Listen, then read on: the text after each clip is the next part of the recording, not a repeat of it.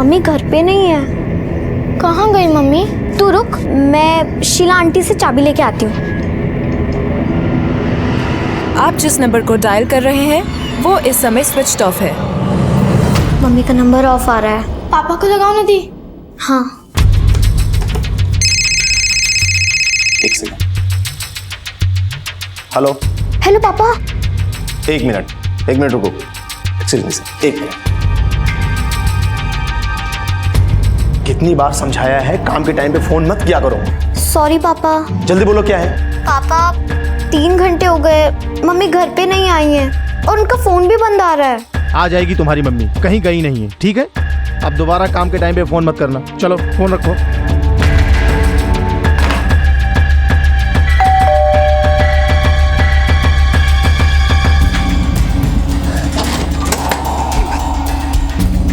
मीरा, एक गिलास पानी देना। भत्ता रानी, मेरी टांगें तो टूट गई। तेरी माँ किधर गई? दादी वो जब से हम स्कूल से आए मम्मी घर पे नहीं है। जा तू मेरे लिए पानी लेके आ जा।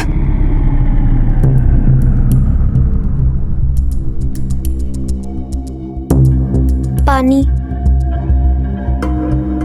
जा दादी से पूछ खाना लगा कि नहीं।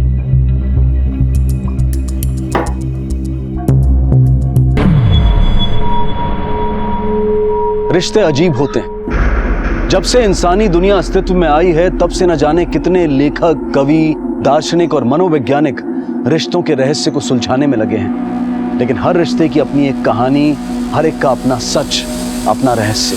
जयपुर के एक परिवार के बच्चे परेशान थे। उनकी माँ जो अक्सर घर पर रहा करती थी गायब थी। लेकिन इस बात की ना तो उनके पिता को कोई परवाह थी और ना ही बच्चियों की दादी को। बच्चियां छोटी थी, वो करती भी तो क्या करती, पर आखिर में उन्होंने अपनी नानी को फोन किया। साहब, ये मेरी बेटी मनोरमा है। मेरी नातिन ने मुझे फोन करके बताया कि उसकी मम्मी दोपहर से घर नहीं लौटी। उसका फोन भी बंद आ रहा है, पता नहीं कहाँ चली गई।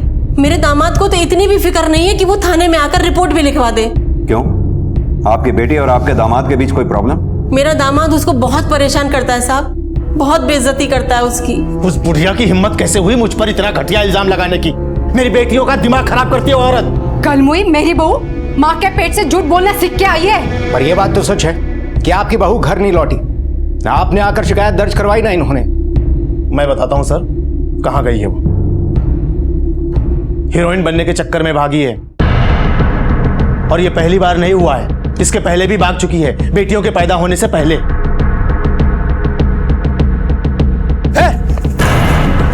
कहां जा रही है तू? बम्बई हीरोइन बनने। कब तक ऐसे जीऊंगी? तेरी शादी हो चुकी है।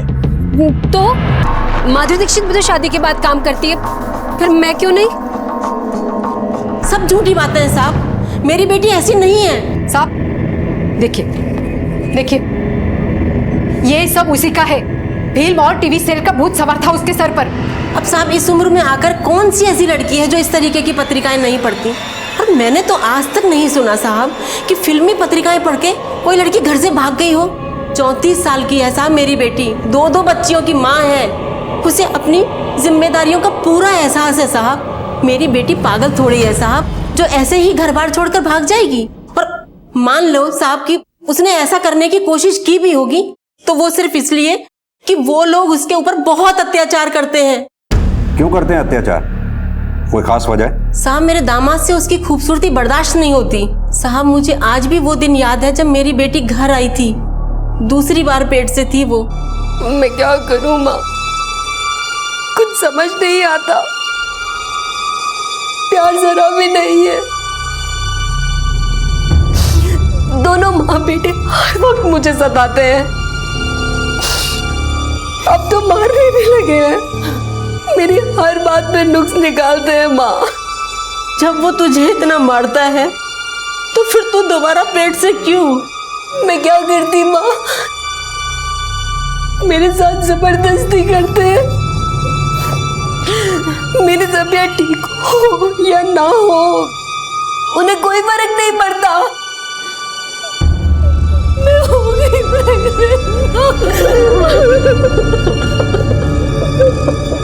अरे पत्नी है वो, पति को सुख देना उसकी जिम्मेदारी है।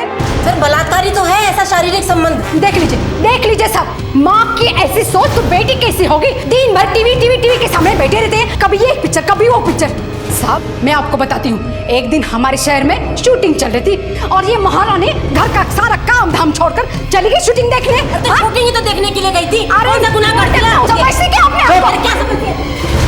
आप लोगों की तू मैं में कोई दिलचस्पी नहीं है हमारी। हमारा काम हम पे छोड़ दीजिए। लता लेके जाओ इन्हें। चलो उठो, चलो चलो।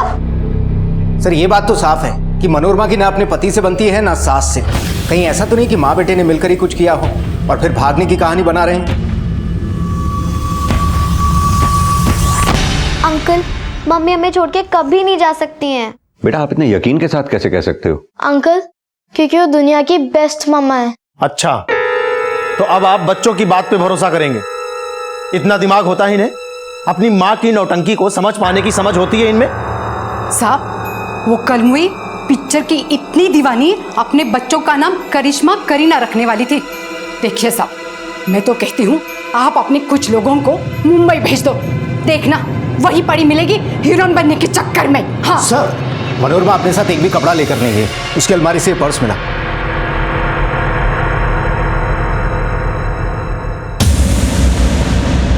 ये घर खर्चे के लिए पैसे हैं, मैं देता था उसको। अजीब बात नहीं है? आपकी बीवी मनोरमा घर छोड़ के गई और पैसे नहीं लेके गई। लगता है आप दोनों कुछ छुपा रहे हैं हमसे, लेकिन हमें सच पता करने में ज्यादा देर नहीं लगेगी।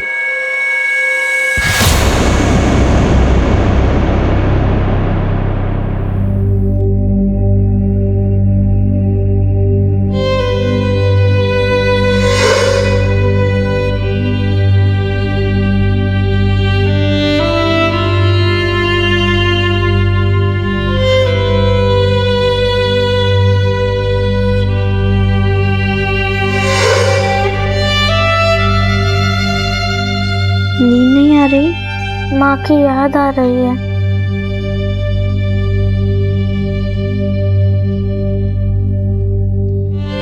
दीदी, क्या पापा ने सच में कुछ किया होगा मम्मी को? अरे मनोरमा की सास तो झूठ बोल रही है सर। मनोरमा तो अपनी बेटियों को कलेजे से लगा के रखती थी। मनोरमा अगर अपनी बेटियों के लिए कुछ करती तो उसका पति हमेशा लड़ने को तैयार। सर, मनोरमा के पड़ोसियों की बातों से ये तो साफ है कि सतीश बहुत ही शॉर्ट टेम्पर्ड है। पति पत्नी में अक्सर झगड़ा हुआ करता था। लेकिन भरत, इस वजह से मनोरमा घर छोड़कर नहीं जा सकती। लोगों का मानना है कि वो अपनी बच्चियों मीरा और माला से बहुत प्यार करती थी। उन बच्चियों को छोड़कर वो कैसे जा सकती है? सर, मनोरमा के कॉल डिटेल्स आ गए। मैंने चेक किया, मनोरमा के कॉल रिकॉर्ड्स में किसी भी अननोन नंबर पे कोई कॉल नहीं है पिछले 2-3 हफ्ते में। अगर मनोरमा हीरोइन बनने गई है तो उसने मुंबई में किसी न किसी से तो कांटेक्ट किया होता है। उसके फोन रिकॉर्ड्स में मुंबई का कोई नंबर नहीं है। नहीं सर। भरत, ये मनोरमा के फोन की लास्ट लोकेशन क्या है? सर, 2 मार्च को दोपहर 1 बजे फोन ऑफ हुआ। तब फोन की लोकेशन थी शिवनगर। सर, यहीं पर तो सतीश का ऑफिस है। बोल, सच सच बोलो। अरे साहब, आप लोग क्यों मेरे पीछे पड़े हैं? मैंने कितनी बार कहा कि 2 तारीख को ऑफिस जाने से पहले आखिरी बार मैं अपनी बीवी से मिला। उसके बाद ना मेरी उससे कोई फोन पे बात हुई और ना ही मैं उससे मिला हूं। तो फिर मनोरमा के फोन की लास्ट लोकेशन तेरे ऑफिस के पास कैसे थी? साहब, उस एरिया में सिर्फ मेरा ही ऑफिस थोड़ी है, कहीं होगी किसी से मिलने। तुम और तुम्हारा बेटा क्या कांड किया है तुम दोनों ने मिलकर? नहीं बता दो, वरना इधर तुम पिटोगी और उधर वो। माता रानी की कसम साहब, वो कहाँ भाग गई कल में हमें नहीं पता साहब। घर में थी तभी मुसीबत और भाग गई तो भी आफत। पता नहीं साहब हमें सब। तू इतने यकीन के साथ कैसे कह सकता है कि मनोरमा भाग गई? ना वो पैसे लेके गई, ना वो कपड़े लेके गई, ना किसी ने उसको बस स्टैंड पे देखा, ना ही रेलवे स्टेशन पे देखा और ना ही उसने कोई टैक्सी हायर की। वो चालाक औरत है, पूरी प्लानिंग के साथ भागी है वो। हमें तो सारी प्लानिंग तेरी लगती है। हो सकता है तूने उसे ऑफिस में बुलाया और वहीं से उसे गायब कर दिया हो। सैनी सर, इसकी तब तक खातिरदारी करो जब तक ये सच ना बोले। सर। अरे साहब यकीन करो हमारा। अरे ये सतीश और सरस्वती के फोन रिकॉर्ड्स निकलवाओ। पता करो पिछले 1 महीने में इन्होंने किस किस से बातें की। मुझे नहीं लगता ये सिर्फ एक मिसिंग केस है, जरूर इसके पीछे कोई साजिश है। एक तरफ पुलिस को शक होने लगा था कि जो नजर आ रहा है इस केस में सच उतना ही नहीं है। सच की बहुत सी परतें अभी खुलनी बाकी थी। बहुत सारे राज छिपे थे मनोरमा के गायब होने में। मनोरमा और उसके पति का रिश्ता एक ऐसी अनबुझ पहेली बन चुका था जिसे पुलिस सुलझा ही नहीं पा रही थी। सर, ये रही मनोरमा की सास सरस्वती और पति सतीश के फोन की लोकेशन डिटेल्स। तीनों का फोन 2 मार्च को दोपहर 1 से 2 बजे के बीच सतीश के ऑफिस के आसपास ही था। उसके बाद 2 बजे मनोरमा का फोन ऑफ हुआ और उसके बाद में सरस्वती और सतीश के फोन की लोकेशन शिवनगर से जनता नगर की तरफ शिफ्ट हुई। भरत, कहीं ऐसा तो नहीं इन्होंने मनोरमा को सतीश के ऑफिस में बुलाकर उसके साथ कुछ किया हो और फिर उसकी लाश को जनता नगर के पास कहीं छुपा दिया हो? हेलो, क्या? ठीक है, हम आते हैं। सर, सरस्वती का फोन था। मीरा और माला दोनों गायब हैं। साहब, स्कूल 1 बजे छूटता है, दोनों 1:30 बजे तक घर आ जाती है। अब 4 बज गए, मैं स्कूल होकर भी आई, चौकीदार बोला कि वो दोनों 1:15 बजे वहां से निकली है। सर, निर्माण नगर थाने से ये फैक्स आया है, वहाँ पे सतीश और सरस्वती के खिलाफ प्रॉपर्टी की जालसाजी का केस दर्ज हुआ है और वारंट भी इशू हुआ है। सर, यही वो आदमी जो अपने गुंडे लेकर आया और हमारा सामान बाहर फेंकने लगा। मार करो सबको, फ्लैट्स पे कब्जा करके बैठे। निकालो, जल्दी भगाओ। देखो, अगर तुमने अपने आदमियों को नहीं रोका ना तो हम लोग पुलिस के पास जाएंगे। चोर पुलिस को बुलाने की बात कर रहे हैं? तुझे थाने चलना है ना? हाँ, वो रही मेरी गाड़ी, चला। हाँ, ये लोग झूठ बोल रहे हैं साहब। ये सभी फ्लैट्स मेरे नाम से रजिस्टर्ड है। मैं दुबई में रहता हूँ। यहाँ इन्वेस्टमेंट के लिए 4 फ्लैट्स मैंने खरीद लिए थे और ये लोग उसमें घुसकर बैठे। हम लोग का चोर हैं। खून पसीने की कमाई से खरीदे हमने वो फ्लैट। देखिए, शांत हो जाइए।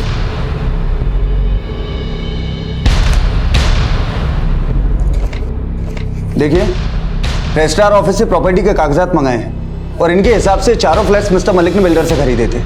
और आप जो दस्तावेज दिखा रहे हैं सब फर्जी हैं। इनको कभी रजिस्ट्रार ऑफिस में दर्ज ही नहीं करवाया गया। ऐसा कैसे हो सकता है साहब? देखिए, बहस करने का कोई फायदा नहीं है। आपके डॉक्यूमेंट्स कोर्ट में टिक नहीं पाएंगे। आपको मिस्टर मलिक की प्रॉपर्टी खाली करनी पड़ेगी।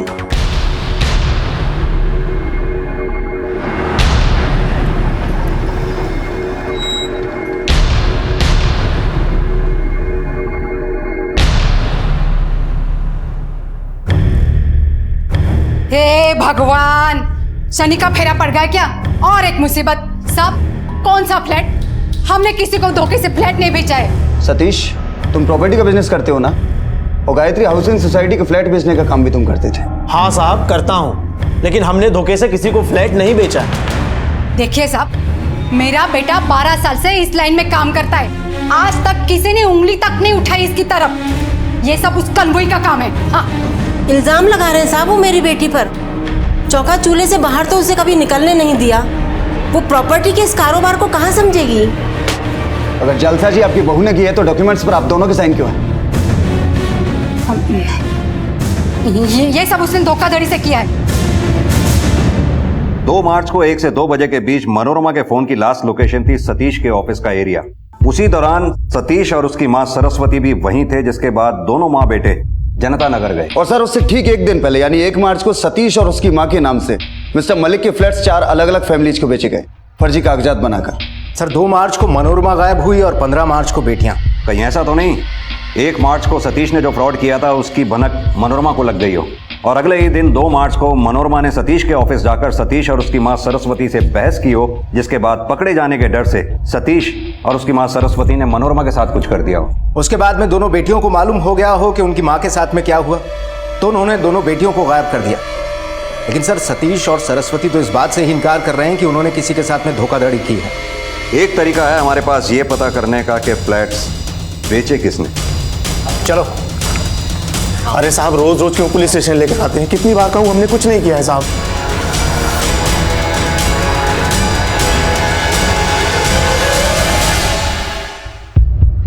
यही है वो दोनों? नहीं साहब, हमें तो एक ही आदमी मिला था जिसने अपना नाम सतीश बताया था। इस लड़की को कभी देखा था उसके साथ? नहीं साहब। उस आदमी का चेहरा तो याद होगा जिसने तुम्हें धोखा दिया? हाँ साहब। उसका स्केच बनवा सकते हो? हाँ साहब, बनवा सकते हैं। नानी,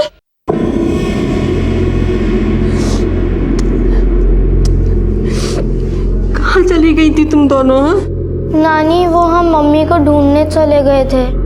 पापा और दादी ने मम्मी का सामान बाहर फेंक दिया था और दादी कह रही थी कि वो हमारे लिए नई मम्मी लाएंगी। नई मम्मी? बेटा आप लोगों ने देखा है नई मम्मी को? नहीं अंकल। ठीक है श्यामा जी, बच्चों को आप ले जा सकती हैं।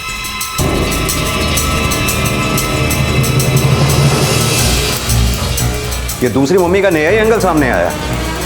पता करो ये बात गुस्से में कही गई थी या बाकी इन लोगों की कोई प्लानिंग थी। और सतीश और सरस्वती के फोन रिकॉर्ड्स और फोन की लास्ट लोकेशन दोबारा से चेक करो, हो सकता है हमारी नजर से कुछ चूक गया हो।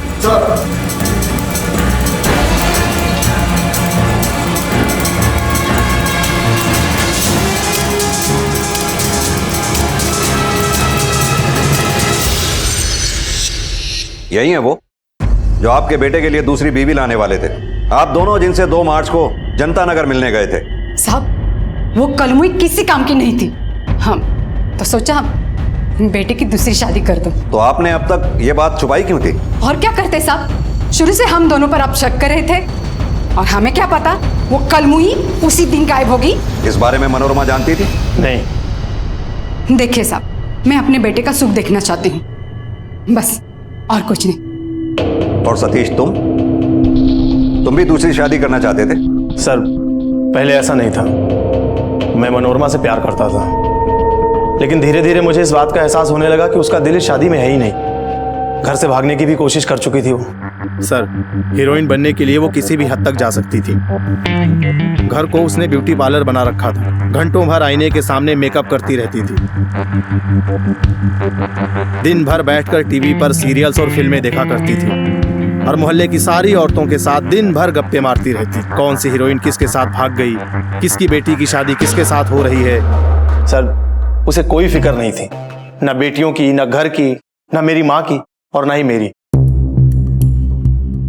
जिस दिन से इस केस की तहकीकात शुरू हुई थी उसी दिन से पुलिस के शक के दायरे में मनोरमा का पति और उसकी सास थे, लेकिन वो दोनों पहले ही दिन से अड़े हुए थे कि उन्होंने मनोरमा के साथ कुछ नहीं किया। उनका यही कहना था कि वो भाग गई है हीरोइन बनने के लिए, और साथ ही प्रॉपर्टी की जालसाजी वाले केस से भी उनका कोई लेना देना नहीं था। दोनों अब जमानत पर रिहा थे, लेकिन मनोरमा के बारे में पुलिस को ना तो कोई सबूत मिला था और ना ही ऐसी कोई खबर मिली हो कि वो शहर से बाहर गई है। आखिर वो थी कहां? पुलिस अब तक जैसे अंधी गली में घूम रही थी, और तभी उन्हें प्रॉपर्टी फ्रॉड केस में एक महत्वपूर्ण सुराग मिला। सर जिस आदमी ने फ्रॉड किया था उसका स्केच।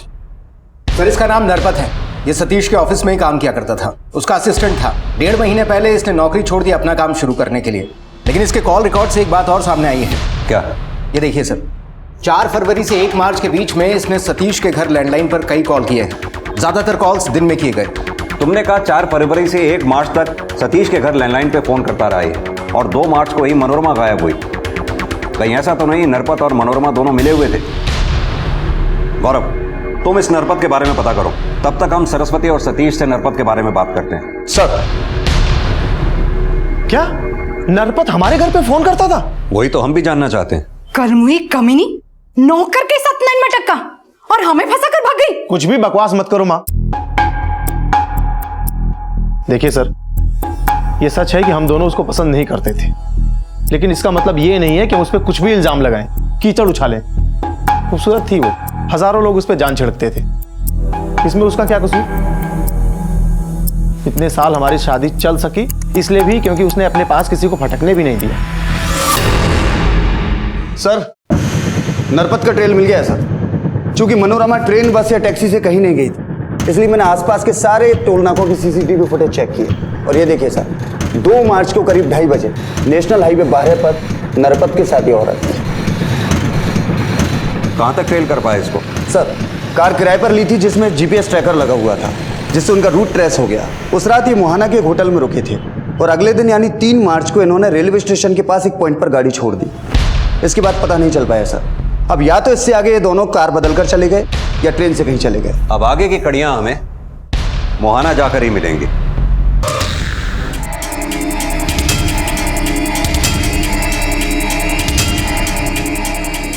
हाँ सर, ये दोनों आए थे यहाँ पर। रुकिए मैं 1 मिनट आपको बताती हूँ। सर ये 2 मार्च की रात को यहाँ पर आए थे। यहाँ से कहाँ गए कुछ पता है आपको? No sir. हाँ भरत बोलो। सर कार मिल गई है, रेलवे स्टेशन की पार्किंग में खड़ी है। कुछ पता चला ट्रेन से वो कहाँ गए? सर वो लोग ट्रेन से तो कहीं नहीं गए, क्योंकि ना तो सीसीटीवी फुटेज में नजर आए और ना ही उन्होंने कोई टिकट खरीदे। ठीक है। यहाँ से सर 2 किलोमीटर दूर पटरी पर सर वहाँ एक लाश मिली है। न जाने कैसी पत्थर दिल माँ मिली है इन्हें, छोड़कर भाग गई। रूप की रानी समझती थी खुद को, उसको बच्चों की क्या परवाह। क्या कह रही हैं? हैं? बच्चियों को क्या सुना रही हैं? आप लोग भी किसी बच्चे की माँ है। इन बातों से बच्चों पर क्या असर पड़ता है पता है आपको? चलो बेटा, इन लोगों की बातों का बुरा नहीं मानते। इन लोगों को दूसरों को दुख तकलीफ में देखकर बहुत खुशी मिलती है। तुम लोग अपनी पढ़ाई करो बस, ठीक है? चल। लाश तो सड़ चुकी है, करीब 2 हफ्ते पुरानी लगती है। मनोरमा भी यहीं थी नरपत के साथ इसी दौरान, कहीं उसी की बॉडी तो नहीं?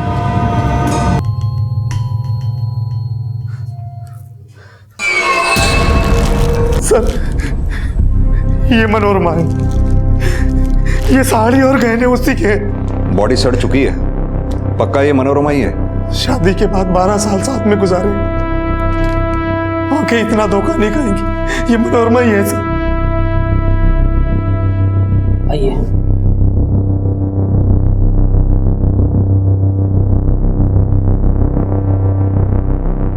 सर कहीं ऐसा तो नहीं कि मनोरमा ने सुसाइड किया हो सकता है, यह भी हो सकता है कि नरपत ने इसके साथ मिलकर फ्रॉड तो कर लिया, बाद में इसे मारकर सारा माल हड़प लिया हो। लेकिन सवाल यह है कि नरपत मोहाना के बाद गया कहाँ? एक काम करो, मोहाना के आसपास जहां जहां भी गाड़ियां किराए पे मिलती हैं वहां वहां पता करो। सर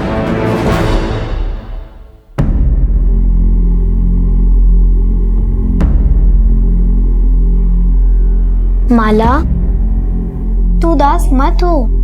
मुझे लगता है कि हमारी मम्मी जिंदा है, वो वापस आ जाएंगी। सच में दीदी? हाँ। आओ, आ जाओ। सर ये मुनीराम है, मोहाना से। इसका कहना है कि जो लाश हमें मिली थी वो इसकी बीवी की है। व्हाट? ये कैसे हो सकता है? सतीश ने शिनाख्त की है? आप मोहाना थाने फोन लगा के पूछो साहब। मेरे पत्नी के गायब होने की रपट मैंने लिखाई थी, मैंने उनको फोटो दिखाया तो उन्होंने बताया कि एक ऐसी ही लाश मिली थी। बस सर आप उसको लेके जयपुर आ गए सर। ये देखिए फोटो सर। वही गहने, वही साड़ी? यही मेरी कमला है साहब, यही साड़ी पहनकर घर से गई थी साहब। और डॉक्टर साहब बोले कि अब मां नहीं बन सकती, तो निराश थी और एक दिन घर छोड़कर चली गई साहब। तो फिर सतीश ने शिनाख्त क्यों की? ऑटोप्सी से यह बात कंफर्म हो गई है कि जो लाश हमें मिली थी वो कभी मां नहीं बनी थी, यानी कि वो लाश मनोरमा की हो ही नहीं सकती। तो फिर तूने शिनाख्त झूठी क्यों की? क्योंकि मैं चाहता था कि पुलिस इस केस को बंद कर दे और मेरा पीछा छूटे। जब से वो घर से भाग कर गई है, थाने के चक्कर काट काट के मेरा जीना मुहाल हो गया है। और मोहल्ले में बदनामी जो हो रही है सो अलग।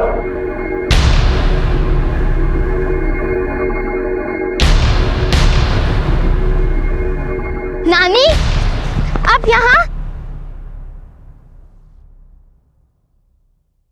मैं तुम दोनों को घर ले जाने आई हूँ। अब से तुम उन गंदे लोगों के साथ नहीं रहोगी।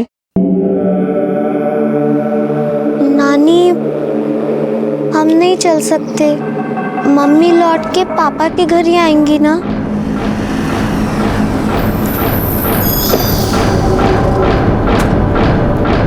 अच्छा हुआ आप हमें यहाँ मिल गई। हमें मीरा और माला की स्कूल टीचर ने यहाँ बुलाया। क्यों? आज बहुत अजीब बात हुई, इसलिए आप लोगों को बुलाना पड़ा। मीरा और माला को अक्सर बच्चे परेशान करते हैं और हम उन्हें रोकते हैं, लेकिन आज मीरा ने कहा कि उनकी माँ मरी नहीं है, जिंदा है और वो सबको सबक सिखाने वापस आएगी। ऐसा ही इसने मुझे भी कहा था साहब। मीरा बेटा, आपने ऐसा क्यों कहा कि आपकी मम्मी वापस आने वाली है? क्योंकि वो मरी नहीं है, मैंने उनको टीवी पे देखा था। टीवी पर? कब? सर मीरा की बात बिल्कुल सही थी, ये देखिए।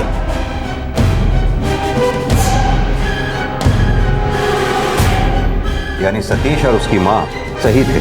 सर ये मुंबई पहुंच गई और एक्टिंग भी करने लगी। और हाँ सर, जब मैंने मुंबई पुलिस को इसकी डिटेल्स भेजी तो पता चला कि वहाँ एक एक्टर की बीवी ने इसके खिलाफ शिकायत दर्ज की। कैसी शिकायत? ये उस एक्टर का पीछा किया करती थी, उसको तंग किया करती थी।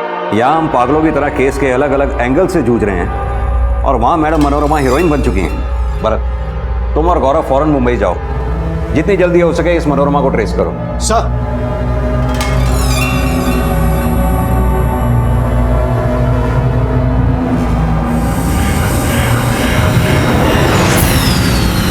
अरे भाई साहब ठीक है, आपको लगी तो नहीं ना बिल्कुल भी?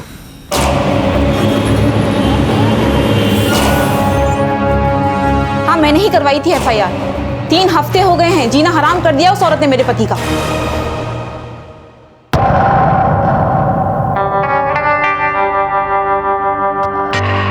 She is an obsessed fan. पागलों की तरह पीछा करती रहती है, शूटिंग पे, शॉपिंग मॉल में। अब तो हद हो गई है, घर के बाहर भी खड़ी रहने लगी है, बार बार मानव से मिलने की कोशिश करती रहती है। कहीं ऐसा तो नहीं इसका एक एंगल और है जिसके बारे में आपकी पत्नी नहीं जानती? मतलब कहीं ऐसा तो नहीं कि इस फैन को हवा आप ही ने दी है? होता है ना ऐसा भी, आखिर एक्टर हो। सर, फैंस की कोई कमी नहीं है, आई एम टेलिंग यू। लेकिन एक पागल और बेवकूफ औरत के पीछे क्या मैं अपना करियर खराब करूंगा?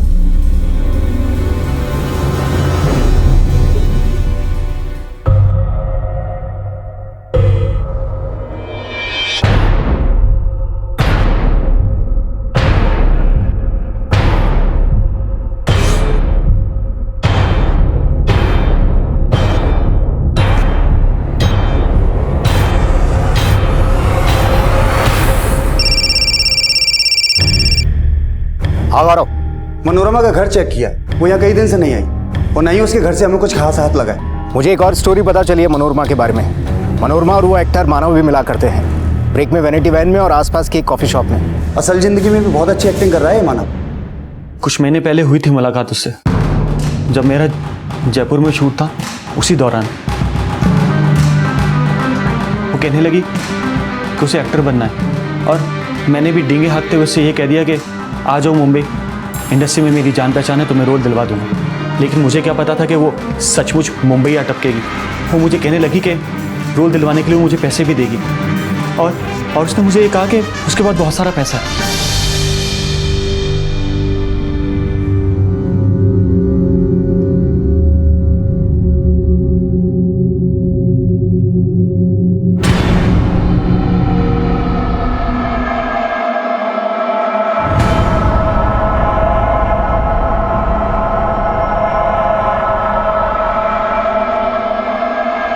पापा, कोई ना हमारा पीछा कर रहा है। अरे नहीं बेटा, कोई पीछा नहीं कर रहा है, ये वहम है। मुझे भी ऐसा लगा कि कोई मेरा पीछा कर रहा है, देखा तो कोई नहीं था। डरो मत। क्या ये दोनों 3 मार्च को आपके यहाँ गाड़ी किराए पे लेने के लिए आए थे? हाँ सर, आए थे और एक गाड़ी किराए पर ली थी। आपकी गाड़ी में GPS लगा हुआ है? हाँ सर, बिल्कुल। मुझे उस गाड़ी के पूरे सफर का ट्रैक रिकॉर्ड चाहिए। भरत ने कहा था कि मनोरमा के पास मुंबई में काफी पैसा है। दोनों नरपत और मनोरमा यहाँ से एक साथ निकले। हो सकता है ये फ्रॉड दोनों ने मिलकर किया हो। मनोरमा ने एक बैंक अकाउंट खोला, टीवी शो के पेमेंट का चेक और 30 लाख रुपए एक साथ जमा करा, लेकिन अगले ही दिन 2 लाख रुपए विड्रॉ कर ली। और उसी दिन उसकी मानव से फोन पर 6-7 बार बात हुई। फिर दोनों गोरेगांव के एक रेस्टोरेंट में मिले शाम के 4 बजे। 4 बजे के बाद दोनों की फोन लोकेशन एक ही थी और ये उसी रेस्टोरेंट का बिल है। 2 लोगों के ड्रिंक्स और खाने का ऑर्डर था। ये करीब 4 हफ्ते पहले की बात। मानव और मनोरमा के बीच कुछ तो चल रहा है, लेकिन ये मनोरमा है कहाँ? मानव, अब हमें तुझको एक्टिंग सिखानी पड़े इसके लिए मजबूर मत कर। मनोरमा से किस बात के पैसे लिए थे तूने? मनोरमा से पैसे? एक्टिंग नहीं, सच, सिर्फ सच। 10 मार्च को तू कहाँ गया था, क्या खाया, क्या पिया, सबका प्रूफ है हमारे पास। अब सच यहाँ बताएगा या थाने में? मैंने उससे पैसे लिए थे उसको काम दिलवाने के लिए और 1-2 छोटे मोटे काम भी दिलवाए, लेकिन उसके सपने बड़े थे। लीड रोल करना चाहती थी। झूठ बोलना बंद कर। तू जयपुर से उसके साथ इस फ्रॉड में शामिल है। कौन से फ्रॉड की बात कर रहे हैं आप? इसे देखा है कभी मनोरमा के साथ? नहीं सर, मैंने इसे कभी नहीं देखा।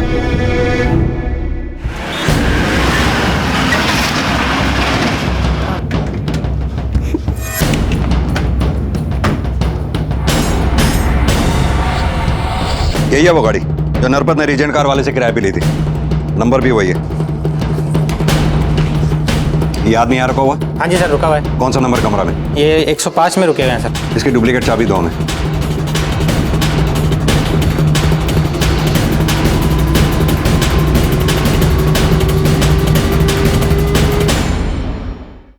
अब और पिटेगा या बोलेगा? मनोरमा पर दिल आ गया था साहब, उसे जब पहली बार देखा तब से ही साहब न मेरी हिम्मत थी न मेरी औकात थी। एक दिन मनोरमा खुद मेरे पास आकर बोली कि उसके पास पैसा कमाने का एक आइडिया है। वो जानती थी साहब मैं बहुत सारा पैसा कमाना चाहता हूँ, और मैं भी साहब इतना तो जानता ही था कि वो हीरोइन बनना चाहती है। तो ये सारा प्लान मनोरमा का था? मनोरमा इतना तो जानती थी कि कुछ फ्लैट ऑनर्स यहाँ पर पैसा लगाते हैं फ्लैट्स के अंदर, लेकिन रहते वो विदेश में ही हैं। तो साहब हम दोनों ने मिलकर ही पूरा प्लान बनाया। मनोरमा का मेन काम था फ्लैट्स के डॉक्यूमेंट्स पर सतीश और उसकी माँ के सिग्नेचर कराना, और साहब मेरा काम था सतीश बनकर उन चारों फैमिलीज को बेवकूफ़ बनाकर घर बेचना। पैसे लेकर हम दोनों शहर छोड़कर जाने वाले थे। तभी मैंने उसे कहा कि ट्रेन या बस से जाएंगे तो पुलिस हमें कभी भी पकड़ सकती है, इसलिए हम किराए की कार से जाएंगे। और उसके बाद तुम दोनों मोहाना के एक होटल में रुके? हाँ साहब, रात दोनों ने एक दूसरे के साथ अच्छे से बिताई, और अगले ही दिन साहब मैंने उसके हिस्से का पैसा देकर उसे किराए की कार से मुंबई भेज दिया। यानी तेरे कहने का मतलब है कि मनोरमा ने अपनी मर्जी से वो रात तेरे साथ बिताई? हाँ साहब। उसके बाद कभी मनोरमा को तूने फोन किया? नहीं साहब। सतीश ने यह बात पूरे विश्वास के साथ कही थी कि मनोरमा दूसरे मर्दों को अपने पास पटकने तक नहीं देती थी। तो फिर मनोरमा नरपत के साथ उस रात राजी कैसे हो गई, या फिर नरपत के साथ मिलकर अपने पति और सास को फंसाने के लिए मान कैसे गई? सर, मुंबई से भरत सर ने भी यही जानकारी दी। मनोरमा ने मानव को पैसे दिए, लेकिन उनके बीच ऐसा कोई रिश्ता नहीं था। हेलो, क्या? ठीक है, आप वहीं रुकिए, हम पहुंचते हैं। सतीश की माँ का फोन था। सतीश गायब है। आपने सतीश को आखिरी बार कब देखा था? सुबह नाश्ता करके ऑफिस जा रहा था, बोला 1 बजे खाने पर आ जाऊंगा। वो 1 बजे आया ही नहीं, इसलिए मैंने 2 बजे उसे मोबाइल पे फोन लगाया। मोबाइल स्विच ऑफ आ रहा था। फिर मैंने ऑफिस में फोन लगाया तो पता चला वो ऑफिस गया ही नहीं। सैनी, सतीश की कॉल डिटेल्स और उसके फोन की लास्ट लोकेशन पता करो जल्दी। सर।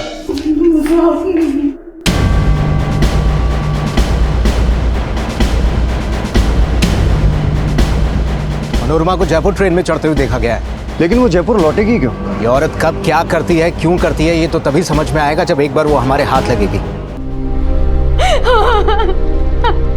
क्या किसी पे शक है आपको?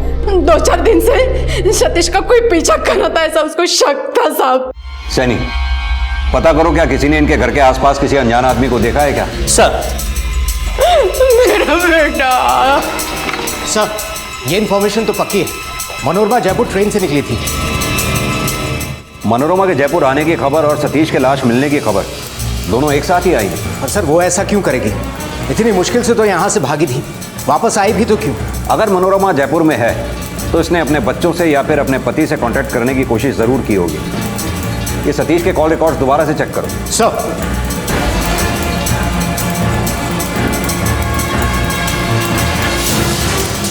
सर, मैंने सतीश के कॉल रिकॉर्ड चेक किए सर। वो पिछले 2 दिनों से मुंबई लोकेशन के एक नंबर से कांटेक्ट में था, और मरने से कुछ घंटे पहले भी उसकी उसी नंबर पे बात हुई थी, और फोन की लोकेशन जवाहरनगर के एक होटल की है। Come on, let's move.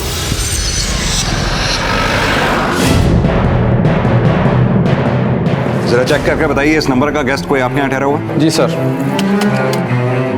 Ji sir, room number 101।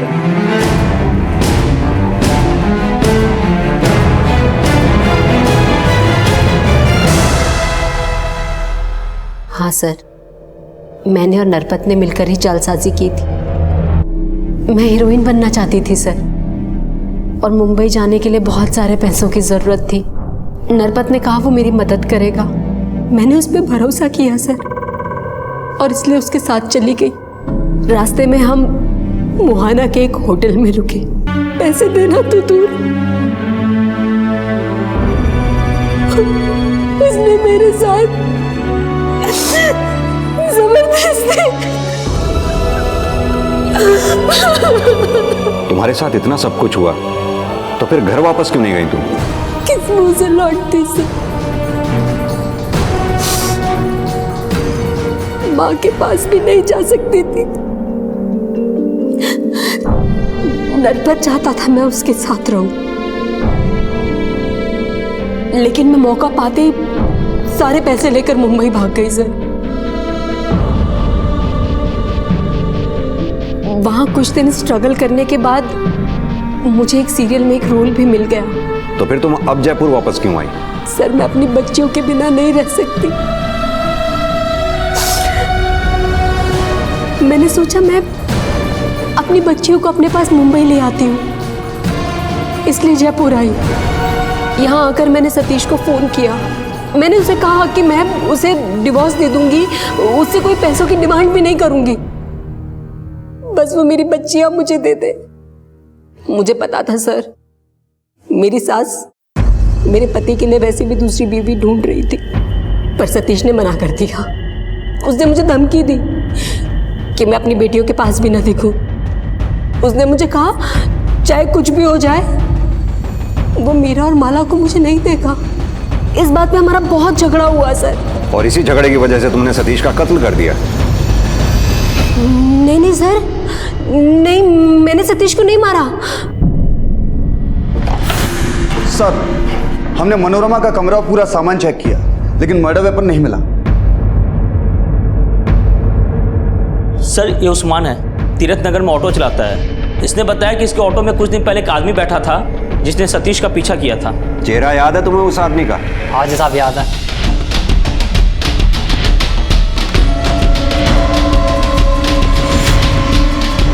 Sir, ये तो नागेंद्र है जिसके साथ फ्लैट खरीदने में धोखाधड़ी हुई।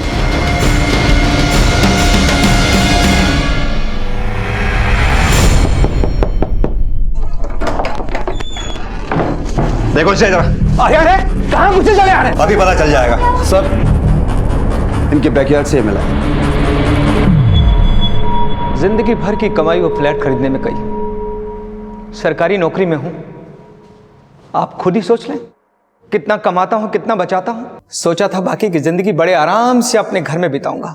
कभी सपने में भी नहीं सोचा था कि मेरे साथ इतना बड़ा धोखा होगा। लेकिन तुम्हें तो ये बात अच्छी तरह से पता थी कि सतीश ने तुम लोगों के साथ कोई धोखा नहीं किया। मैं नहीं मान सकता साहब, कोई नौकर इतना बड़ा फ्रॉड अपने मालिक की पत्नी के साथ मिलकर। हमारे डॉक्यूमेंट्स पर सतीश का ही साइन थे। अपना बदला पूरा करने के लिए एक निर्दोष आदमी की जान ले ली। अपने परिवार को बचाने के लिए एक इंसान का पूरा परिवार बर्बाद कर दिया। यह भी नहीं सोचा कि कैसे जिएंगी उसके दोनों बच्चियां बिना बाप के।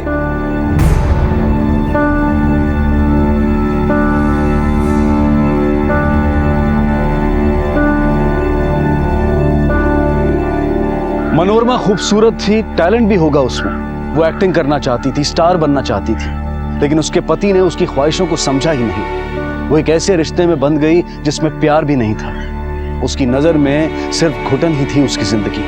पर इस कैद से छुटकारा पाने के लिए उसने जो रास्ता चुना वो गुनाह का था। इसमें ना सिर्फ उसकी अपनी जिंदगी बर्बाद हुई, बल्कि उसके पति की जान भी चली गई और उसकी दोनों बेटियों के सर से बाप का साया भी उठ गया। कौन सही था कौन गलत था ये कहना मुश्किल है। जैसा कि हमने पहले भी कहा कि हर इंसानी रिश्ता एक रहस्य है, एक पहेली। और आज तक ना तो कोई ऐसी किताब बनी है और ना ही कोई ऐसा शास्त्र बना है जिसमें वो सारे सूत्र हों जो एक इंसानी रिश्ते को फ्लॉलेस यानी कि पूरी तरह से निर्दोष बना सके।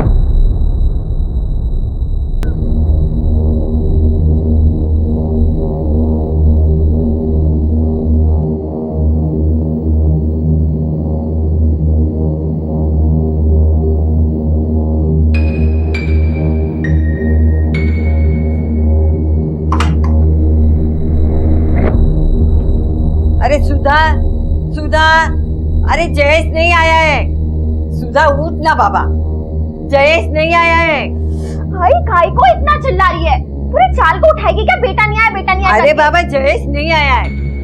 उसको फोन लगा उसको, देख ले कहाँ है। रुक मैं देखती हूँ। क्या हुआ? नहीं लग रहा है उसका फोन। क्या? जा मुकुल के पास जाना। आई, इतनी रात हो गई है। नहीं जाना है तो मैं जाती हूँ। आई रुक। नहीं मुझे जाना है। आई रुक, मैं जाती हूँ। आखिर ऐसा क्या हुआ था कि एक माँ अपनी ही बेटी से इस कदर नाराज थी? ये केस जब परत दर परत खुलेगा तो रूबरू होगी एक ऐसी हकीकत जिसे जानकर आप तंग रह जाएंगे।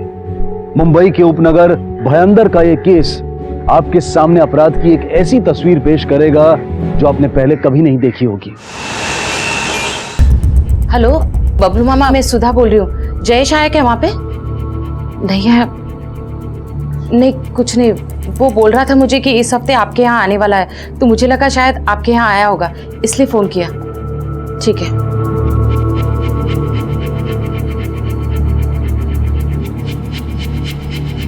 वो वहां पे भी नहीं है। अरे क्या हुआ, मिला? नहीं। कुछ पता चला? हाँ, सनी से बात की। वो कह रहा था कि जयेश भाई कल शाम को 6 बजे वहां से निकल गए थे, और मैंने बाकी दोस्तों से भी पूछा, किसी को कुछ नहीं पता है। मुझे बिना बताए आज तक वो कभी बाहर नहीं गए। आई, शांत हो आई। मैं तो कहता हूँ आप लोग पुलिस के पास जाओ, मैं 1-2 जगह और देखता हूँ। जयेश गणेशपुरी नाम है साहब, उसका खुद का जिम है और उसी जिम में वो ट्रेनर भी है।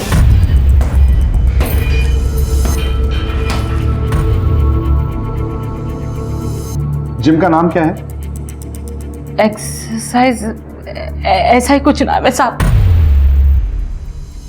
साहब वो कल सुबह से जिम गया है, अभी तक नहीं लौटा, और हमें बताया भी नहीं कि वो कहाँ जा रहा है। फोन भी नहीं किया और अब उसका फोन भी नहीं लग रहा था। हमने लगभग सारे दोस्तों को पूछ लिया, लेकिन किसी को भी नहीं पता कि जयेश गया कहाँ है। ऐसा कभी हुआ नहीं है साहब। एक ही लड़का है मेरा, पूरी घर की जिम्मेदारी उसके ऊपर है साहब। फोटो लाए हैं उसका? हाँ साहब।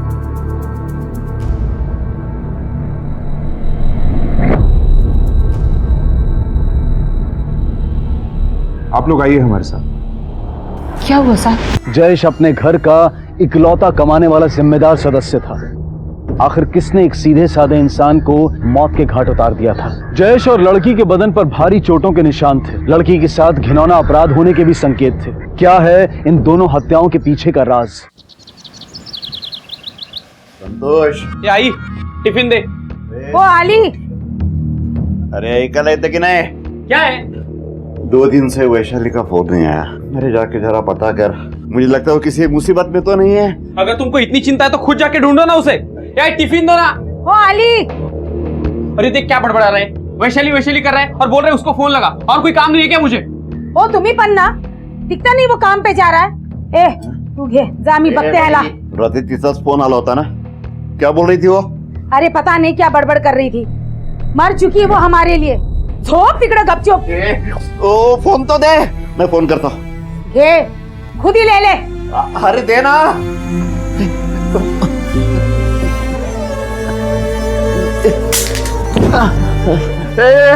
गिर गया मैं, उछल उठा मुझे। हे देवा, कब मरेगा ये? मर तिकड़ा। चल चल।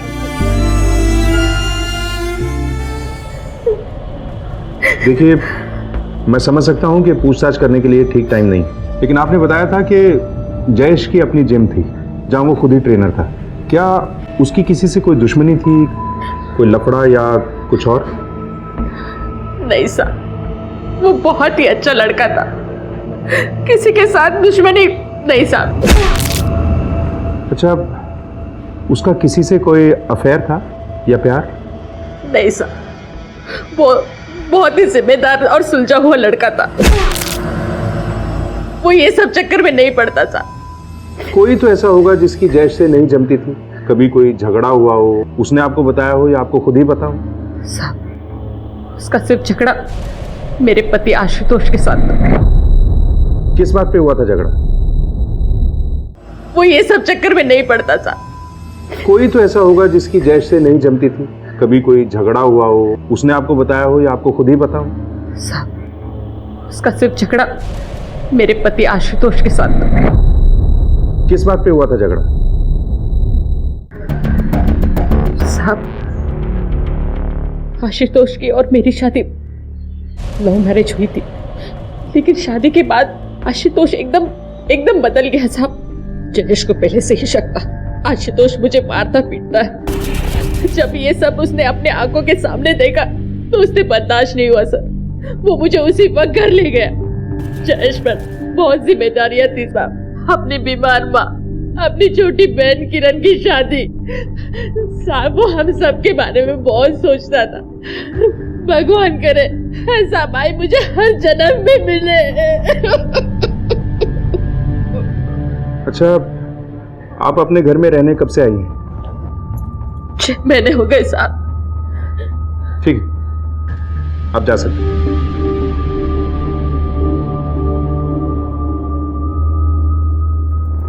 निशानदार, इस आशुतोष की कुंडली निकालो। सुधा ने जो बताया उससे ये लगता है कि ये आशुतोष एक शॉर्ट टेम्पर्ड आदमी है और इसके पास मोटिव भी है जयेश को मारने का, क्योंकि जयेश सुधा को अपने घर ले आया था। सर लेकिन अगर मारना ही होता तो 6 महीने इंतजार क्यों करता, उसी वक्त कुछ कर देता। हो सकता है कि आशुतोष ने अपने मन ही मन ये ठान लिया था कि जयेश को अपने रास्ते से हटा देगा। निशानदार, जिम और मोहल्ले में पता करते हैं, वहीं से सारी बातें साफ होंगी। चलो। कैसा लड़का था जयेश? सर जयेश बहुत अच्छा लड़का था। जयेश का कभी किसी से झगड़ा हुआ था क्या? जयेश और झगड़ा ऐसा हो ही नहीं सकता साहब, वो तो अपने काम से काम रखता था, उससे किसी को कोई तकलीफ नहीं थी। हम सबके लिए भाई जैसा था वो, दिल से भी बहुत अच्छा था वो। सर जयेश से कभी मदद मांगनी ही नहीं पड़ती थी, पता नहीं कैसे उसे पता चल जाता था, वो मदद के लिए हमेशा तैयार रहता था। जयेश जैसा लड़का आजकल की दुनिया में मिलना बहुत मुश्किल है। सर ऐसा समझो कि जयेश भाई थे तो ये जिम था, सबसे उनकी बहुत अच्छी बनती थी। सर जिम के खुलते ही उनके नाम पर 40 लोगों ने जिम ज्वाइन कर लिया, इतना अच्छा समझाते थे फिटनेस के बारे में।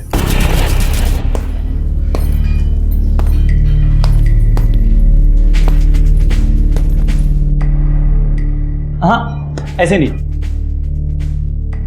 Full focus full energy. Okay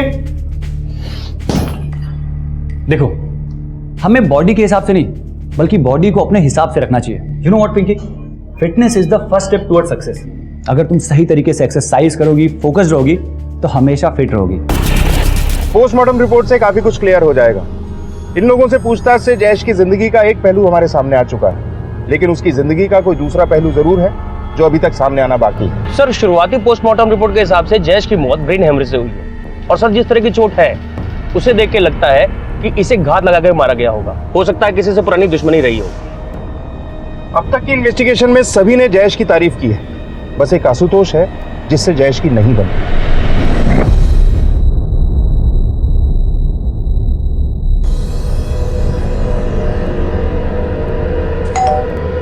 तेरी पत्नी सुधा कहाँ है?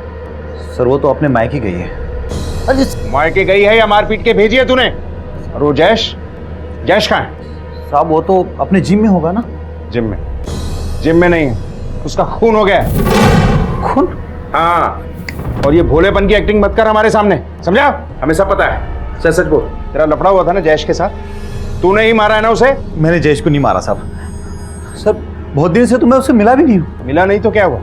उसके नाम की सुपारी दी होगी किसी को। बोल, किसको दी थी सुपारी उसके नाम की? बोल। अरे साहब ये क्या बोल रहे हैं आप? उसको मारने के लिए ना मुझ में हिम्मत थी ना ताकत, वो मेरे औकात से बाहर था साहब। हमें बताए बिना शहर के बाहर मत जाना। वैशाली कहाँ गई रे तू? तेरे अपाहिज बाप।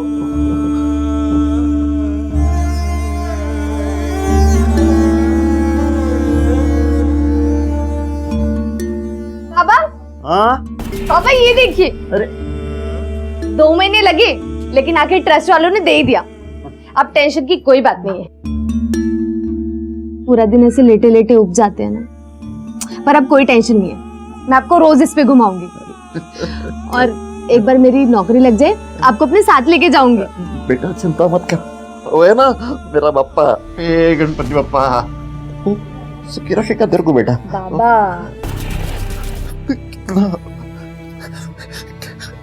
व्यक्ति है तू। ए वैशाली, इसकी फोटो आसपास के सभी पुलिस स्टेशन में सर्कुलेट करो और आसपास के मंदिरों में इसकी फोटो दिखाकर पूछताछ करो। आसपास की बस्तियों में भी पूछो, शायद कोई इसे जानता हो, और बॉडी को पोस्टमार्टम के लिए भेजो। सर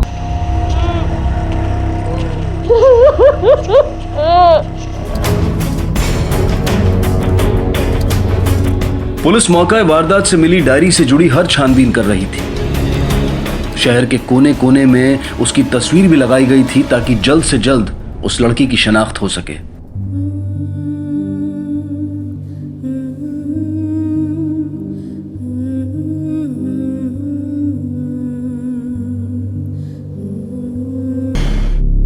सर जयेश की पोस्टमार्टम रिपोर्ट तैयार है। डॉक्टर का फोन आया था, आपसे बात करना चाहते हैं। चलो।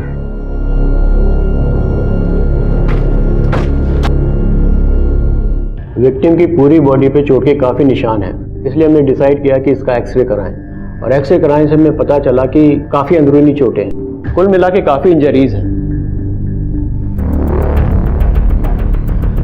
जयेश खुद जिम का ट्रेनर था और कराटे चैंपियन भी।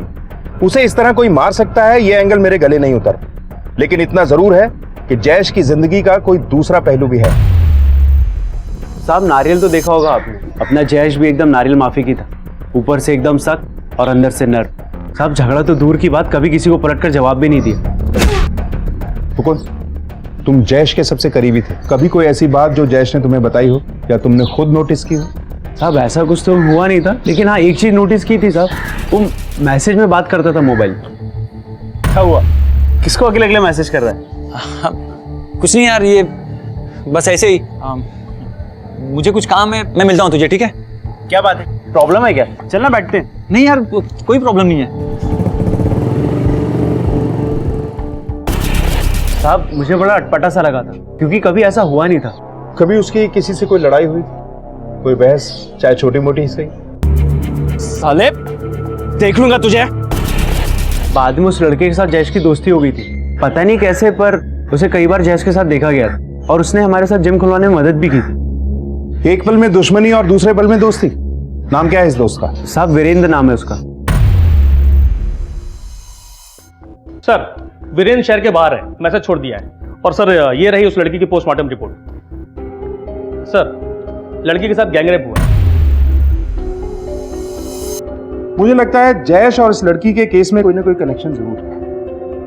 दोनों को बड़ी बेरहमी से मारा गया है और दोनों की बॉडीज भी आधे किलोमीटर के डिस्टेंस पे मिली है। लड़की की मौत जयेश के मौत से तकरीबन 6 घंटे बाद हुई। सर कहीं ऐसा तो नहीं कि जहां से हमें जयेश की बॉडी मिली वहां पे जयेश और ये लड़की दोनों आपस में मिले हो सकता है किसी ने उन्हें वहां पर देख लिया हो और किसी बात पर उन लोगों का झगड़ा हुआ हो और जयेश को मारने के बाद हत्यारों ने लड़की के साथ गैंगरेप किया और उसको कहीं और फेंक दिया। निशानदार, इस लड़की की फोटो जयेश के दोस्तों और मोहल्ले वालों को दिखाओ, शायद किसी ने इस लड़की को जयेश के साथ देखा। लड़की की शिनाख्त की कोशिशें तेज कर दी गई थी। आसपास के सभी इलाके बड़ी बारीकी से छाने जा रहे थे। एक सीधे साधे और जिम्मेदार इंसान की पोस्टमार्टम रिपोर्ट से कई सनसनीखेज सच सामने आए थे जो यकीन से परे थे। क्या जयेश कुछ छिपा रहा था? क्या चल रहा था उसकी जिंदगी में? ऊपर से शांत दिखने वाले जयेश के अंदर क्या तूफान पनप रहा था? उस लड़की से उसका क्या कनेक्शन था? इस डबल मर्डर केस की पुलिस बड़ी बारीकी से जांच कर रही थी, लेकिन पेचीदगियां सुलझने का नाम नहीं ले रही थी। अब तक संदिग्ध लोगों में सिर्फ आशुतोष ही उभर कर सामने आया था। क्या वाकई उसने अपनी दुश्मनी निभाई थी? क्या जयेश की मौत आशुतोष के बदले की शक्ल में सामने आई थी? सर मैंने जयेश के जानने वाले सारे लोगों से पूछताछ की, लड़की की फोटो भी सबको दिखाई और जयेश का कॉल रिकॉर्ड भी वापस से क्रॉस चेक किया सर। मामला बिल्कुल क्लीन है, दोनों के बीच में कोई कनेक्शन नहीं सर।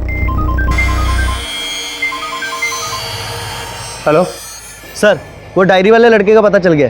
गुड, हम लोग आ रहे हैं। जी सर। सर डायरी वाले का पता चल गया। गुड, चलो।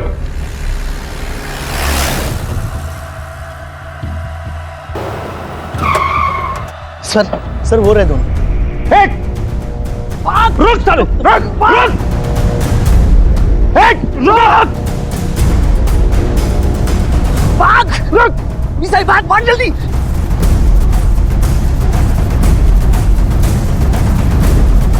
भाग, भाग जल्दी भाग। रुक, रुको।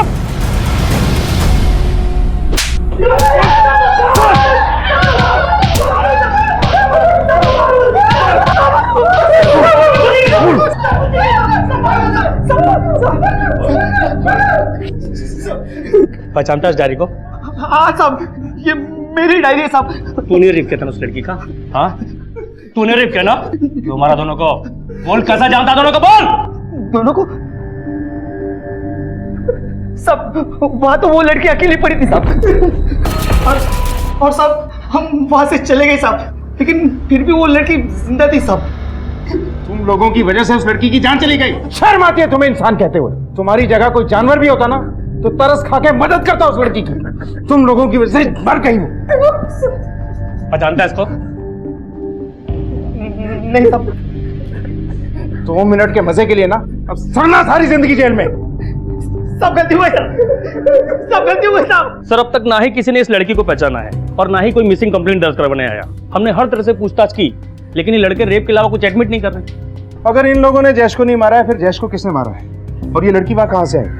किसने अधमरी हालत में लड़की को वहां फेंका? क्या कनेक्शन हो सकता है जयेश का इस लड़की के साथ? अगर कोई कनेक्शन नहीं है तो कहीं ऐसा तो नहीं इस लड़की की वजह से जयेश को मारा गया हो और जयेश की वजह से इसे? लेकिन सर ये लड़की है कौन, अभी तक तो हमें ये भी नहीं मालूम। ठीक है निशानदार, अपने पूरे खबरी नेटवर्क को एक्टिवेट कर दो, कहीं ना कहीं से कुछ हाथ जरूर लगेगा। और वो वीरेंद्र आया क्या? सर कांस्टेबल तैनात है, आते फोन हो जाएगा। गुड।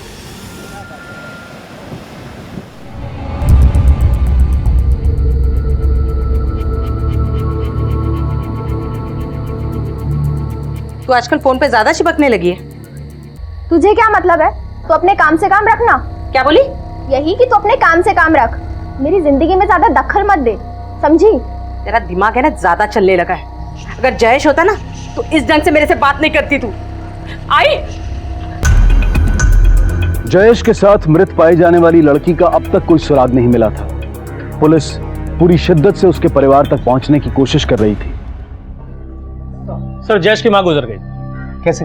दिल का दौरा पड़ा था। अपने बेटे की मौत का सदमा लगा होगा उन्हें।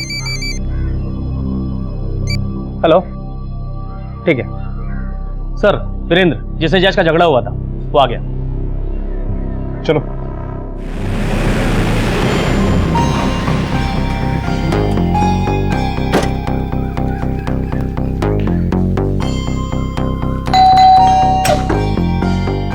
वीरेंद्र पाटिल, आइए सर बैठिए। It's okay. जयेश गणेशपुरा को तो जानते ही होंगे। जी सर, अच्छे से जानता हूँ। मैं बैंकॉक गया हुआ था और आज सुबह अर्ली मॉर्निंग फ्लाइट से वापस आया हूँ। और आते से ही मुझे पता चला कि उसके साथ ऐसा हादसा हुआ है और उसकी माँ भी चल बसी है। बड़ा ही अच्छा बंदा था सर। तुम्हारा तो झगड़ा भी था ना उसके साथ? सर आप भी क्या बचपन की बातें लेकर बैठे हैं सर, ये तो बहुत पुरानी बात है। उस झगड़े के बाद तो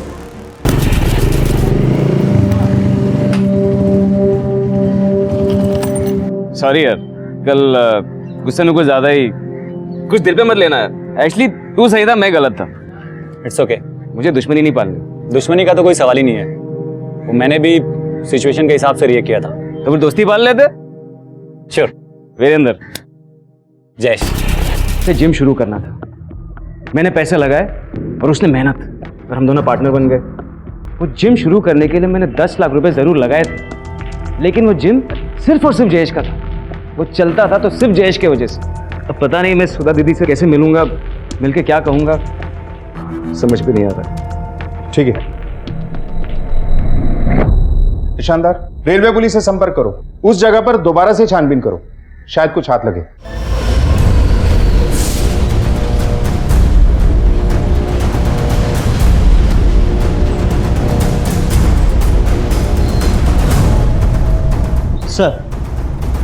सर रेलवे ट्रैक के पास ये बैग मिला है और बैग में ये आईडी थी। आखिरकार उस लड़की के बारे में उन्हें पता चल गया, उसका नाम सामने आया, वैशाली। तो क्या अब पुलिस को उनके सारे सवालों के जवाब मिल जाएंगे? क्या जयेश और इस लड़की का कनेक्शन सामने आ जाएगा?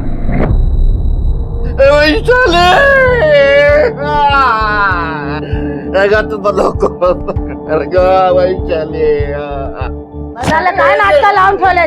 क्या नाटक लगा रखा है? तुझे भी कुछ दिनों में तेरी लड़की के पास ही जाना है। 1 मिनट। हे क्या साहब? ये इस लड़के को पहचानते हैं आप? जहां से वैशाली की लाश मिली उससे थोड़ी दूरी पर इसका भी मर्डर हुआ। आप पहचानते हैं इसे? नहीं साहब, मैं नहीं जानती इसको। तो फिर आप वैशाली के बारे में बताइए।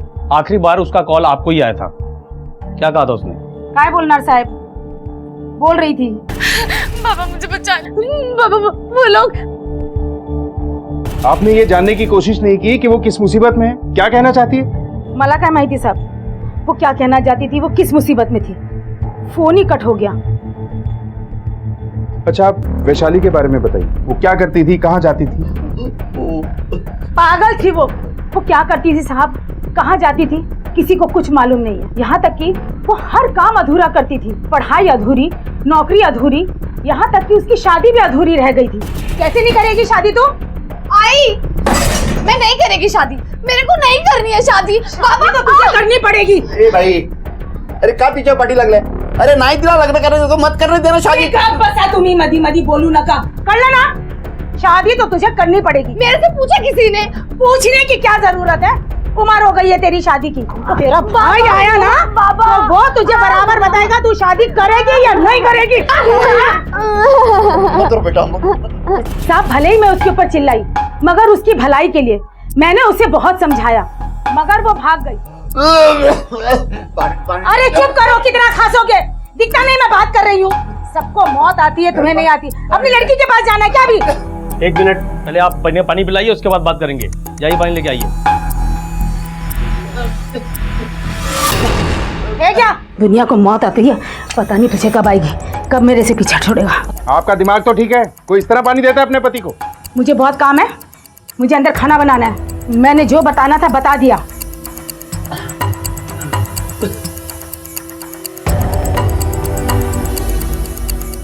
आप वैशाली के बारे में कुछ बताना चाहते थे? जी सर, मेरी बेटी बहुत अच्छी थी, लेकिन ये दोनों माँ और बेटे उसको बहुत मारते थे साहब। उसको बेचना चाहते थे साहब। क्यों रे? आई बोल रही थी तू शादी नहीं करेगी, नहीं करेगी शादी, तू नहीं करेगी। बहुत हिम्मत है तेरे में, अभी पर काटता हूँ तेरे में। उसी दिन रात को वो मेरे पास आई। बाबा मेरे को नहीं करनी है शादी, और उस आदमी से तो बिल्कुल भी नहीं। बाबा कुछ कीजिए ना। तो मेरे पास कुछ थोड़े बहुत पैसे थे, मैंने उसको दे दिया और कहा जा यहाँ से तू। जयेश और वैशाली को बुरी तरह से टॉर्चर करके मारा गया था। जयेश का दूसरा पहलू सामने आ गया था, जहां एक तरफ उसकी साफ सुथरी छवि थी, वहीं दूसरी तरफ बिल्कुल उससे उलट मारपीट, लड़ाई झगड़े के किस्से। जयेश के बदन पर वो घाव, वो इंजरीज किस तरफ इशारा कर रहे थे? जयेश के मामले में ना तो अब तक कोई लव अफेयर का एंगल सामने आया था और ना ही किसी गहरी दुश्मनी का। वैशाली की मौत की गुत्थी भी अब तक अनसुलझी थी, जिसे सुलझाने में पुलिस को नाकों चने चबाने पड़ रहे थे। लेकिन इन दोनों ही केसेस में पुलिस पूरे संयम के साथ अपनी कोशिश कर रही थी। सर, वैशाली के कॉल रिकॉर्ड से पता चला है कि उसकी सबसे ज्यादा बातचीत किसी रुखसाना नाम की लड़की से होती थी। सोशल नेटवर्किंग साइट पे काफी सारी फोटोग्राफ्स हैं दोनों की। बुलाओ सर। अच्छा बताइए, उसका किसी के साथ कोई अफेयर था या किसी से कोई दुश्मनी? सर उसके दुश्मन तो उसके माँ और भाई थे, बाकी वो बहुत केयरिंग और अच्छी लड़की थी सर। रुखसाना, मेरा पहला cheque Vaishali Shirke 12,000 only. Finally मिल गया तेरा पहला चेक। अब तो एक काम कर, जल्दी से शादी कर ले। नहीं यार, 12,000 में क्या होगा? अभी तो पहले मुझे जल्द से जल्द पापा को यहाँ लेके आना है, फिर उसके बाद कोई समझने वाला लड़का मिला तो कर लेंगे शादी भी। सब अपने बाबा के लिए बहुत इमोशनल थी सर, हम सबकी मदद करती थी। कोई उससे मदद मांगे तो कोई मना नहीं करती थी सर। अच्छा, उसका कोई बॉयफ्रेंड था? इसे जानती हो? नहीं सर, मैं इसे नहीं जानती सर। उसका कोई बॉयफ्रेंड भी नहीं था सर। ठीक है, आप जा सकती हैं। क्यों मारा वैशाली को? और उस रात तू कहाँ था? सर, मैंने नहीं मारा है उसे, मैं तो उस रात अपने दोस्त के घर पर था। झूठ मत बोल। नहीं सर, मैं झूठ नहीं बोल रहा हूँ, आई शपथ। कौन है ये दोस्त? कहाँ रहता है? रहता है नहीं, रहती है। रहती है मतलब? लड़की है, उसका नाम गीता है सर। मैं गीता से शादी करना चाहता हूँ, लेकिन वो अमीर घर से है, इसलिए पैसे कमाने के लिए दुबई जाना चाहता हूँ, और एजेंट को पैसे भी देने थे इसलिए। पैसे नहीं थे हमारे पास, तभी वैशाली का शादी का रिश्ता आ गया। वो लोग पैसे देने के लिए तैयार थे, उम्र में बड़ा था वो उससे। लेकिन वैशाली किसी भी कीमत पर मानने के लिए राजी नहीं थी सर। अरे साहेब, मरना था तो कम से कम शादी तो करके मर जाती, अपने भाई की जिंदगी संवार जाती। पगली कहीं की। शर्म आती है तुम जैसे लोगों को देखकर। तुम लोगों ने तो रिश्तों की परिभाषा ही बदल दी। इससे गीता का एड्रेस लो और उसे लेके आओ। यस सर, उस रात संतोष मेरे साथ ही था। ये बात सच है कि हम दोनों शादी करना चाहते हैं, लेकिन मेरे माँ बाप संतोष को अपनाने के लिए तैयार नहीं है। सर, ये रुखसाना तो जयेश के बारे में कुछ जानती नहीं है, और उधर जयेश के घर वाले और दोस्त वैशाली के बारे में कुछ नहीं जानते। सर, मैंने दोनों के कॉल रिकॉर्ड को बारीकी से चेक किया, दोनों के बीच में कभी कोई कॉल और मैसेजिंग नहीं हुई। फैक्ट्स और इन्वेस्टिगेशन के हिसाब से दोनों के बीच में कोई संबंध नहीं था, लेकिन अगर हमें जरा सा भी शक हो तो चेक जरूर करना चाहिए। जयेश का पूरा घर दोबारा छान मारते हैं, शायद कुछ हाथ लगे। सर,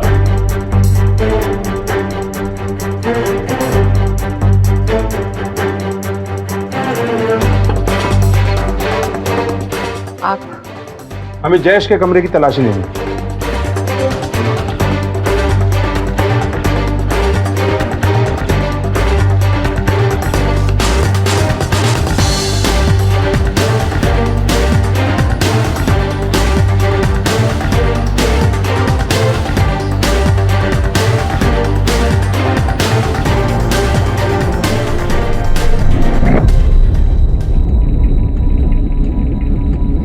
फ्लैट की खरीदारी के पेपर्स 15 लाख। जयेश ने 15 लाख रुपए का फ्लैट खरीदा था। जयेश ने आपको बताया कि ये 15 लाख रुपए वो कहां से लाया था? नहीं साहब, मुझे इसके बारे में नहीं मालूम। आपकी बहन किरण कहाँ है? उसने शादी कर ली है, वो घाटकोपर में रहती है। नवीन एस्टेट एजेंट, थैंक यू। जी हाँ सर, फ्लैट के सारे पैसे उसने कैश में दिया था और वो रजिस्ट्रेशन के लिए आने भी वाला था, मगर आया नहीं, पता नहीं। इतना कैश? पता लगाना होगा कि उसने किसी से उधार लिया था क्या? सर हो सकता है किसी से उधार लिया और उसे चक्कर में सा खून हुआ। लेकिन बैंक अकाउंट वेरिफिकेशन में ऐसी कोई बात सामने नहीं आई। इतना बड़ा कैश उसे उधार दे कौन सकता है? मिस्टर वीरेंद्र, जयेश आपका दोस्त था। आपने उसे घर खरीदने के लिए 15 लाख रुपए दिए या नहीं दिए? सर मैंने आपसे कहा था ना सर कि मैंने उसे सिर्फ जिम शुरू करने के लिए 10 लाख रुपए दिए थे।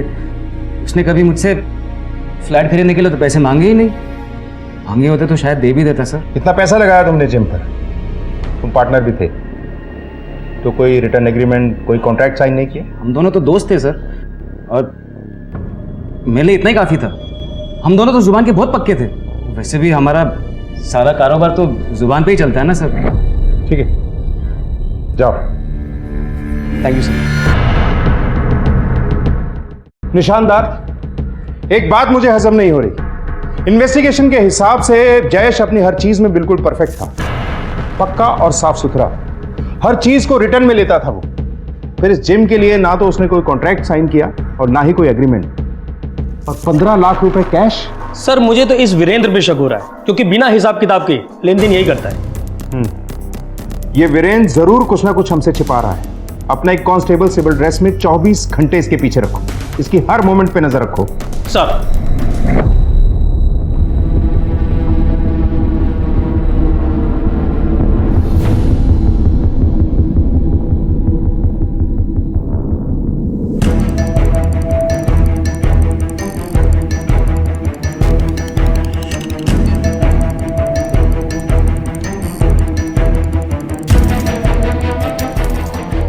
क्या बोलता है दीपक, कैसा है? क्या बोलते हैं भाई लोग?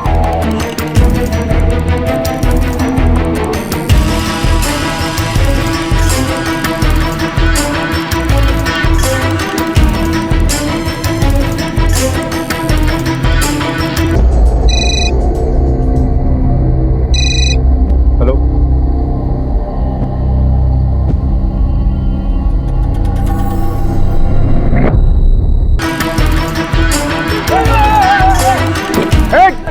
कोई भागेगा नहीं। रुको, कोई भागेगा नहीं। पकड़ो, चलो चलो गाड़ी में चल, शुरू हो जा। सर से उस दिन सर ऐसी इलीगल फाइट होती थी सर, और इसमें काफी पैसे बनते थे। जिस दिन मेरे और जयेश के बीच में झगड़ा हुआ था ना सर, तब मैं उस दिन समझ गया था कि इसमें बहुत दम है और ये फाइटर बन सकता है। जयेश को पैसों की जरूरत थी, उसे अपने परिवार के लिए घर खरीदना था, इसलिए उसने फाइट शुरू की सर। वो पैसे उसने फाइट से ही कमाए थे सर। उसे अपनी बहन की शादी करनी थी सर। बैड लक सर, वो उसने मारा गया सर। अपने फायदे के लिए कितने लड़कों की जान को खतरे में डाल रहा है तू? जयेश मारा गया और वैशाली का खून कर दिया और दोनों के परिवारों को बर्बाद कर दिया। अब सड़ यहां।